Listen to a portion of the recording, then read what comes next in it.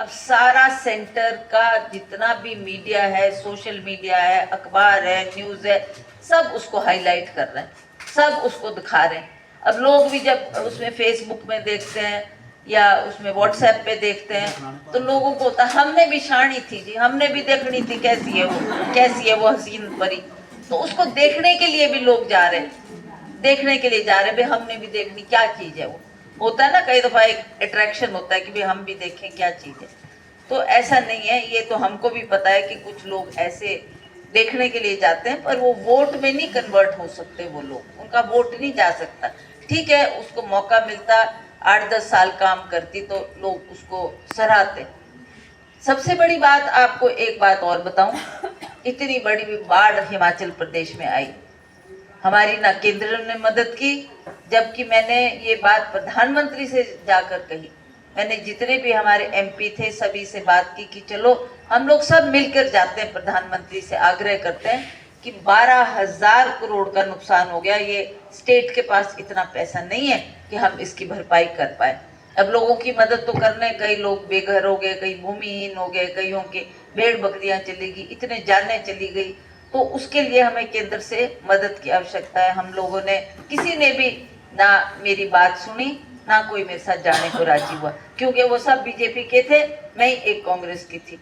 मैंने प्रधानमंत्री से टाइम मांगा, उनको बोला कि प्रधानमंत्री जी आप मंडी आते हैं, आप मंडी की बात करते हैं, आप बोलते हैं मुझे यहाँ की सेपू बड़ी बड़ी पसंद है, यहाँ की वेशभूषा बड़ी पसंद है, आपकी भाषा में वो 2-4 लाइनें बोल देते हैं जो ये दिखाते हैं कि भाई मैं मंडी की भाषा भी बोल सकता हूँ। तो जब उन्होंने ये सब कुछ किया और ऐसे करके वो गए, उन्होंने ये भी कहा कि हिमाचल प्रदेश, गुजरात मेरा पहला घर है, दूसरा घर मेरा हिमाचल प्रदेश है। मैंने कहा प्रधानमंत्री जी को, मैंने कहा सर आपने बोला दूसरा घर है और आप अपने घर की तरफ देख ही नहीं रहे, कितनी तबाही हो गई, कितना नुकसान हो गया। तो उन्होंने कहा हाँ आपके मुख्यमंत्री भी आए थे और ये बात मेरे ध्यान में। तो मैंने कहा करो ना कुछ मदद तो करो हमारी।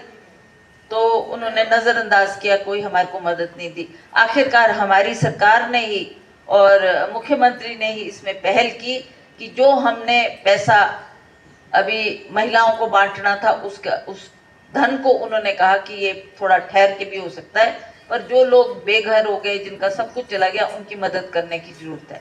वो 1-1.25 लाख रुपया एक घर बनाने के लिए मिलता था, जो कि मुख्यमंत्री ने 7 लाख रुपए की धनराशि देकर लोगों के घर भी बनाए, लोगों को भूमि भी दी, जिनका नुकसान हुआ आर्थिक तौर से उनकी मदद भी की। तो उसके लिए हम अपनी सरकार के बहुत बहुत आभारी है कि आपने दुख की घड़ी में खड़े होकर उनकी मदद की। और मुझे आपसे ये बात भी कहनी है कि हमने इलेक्शन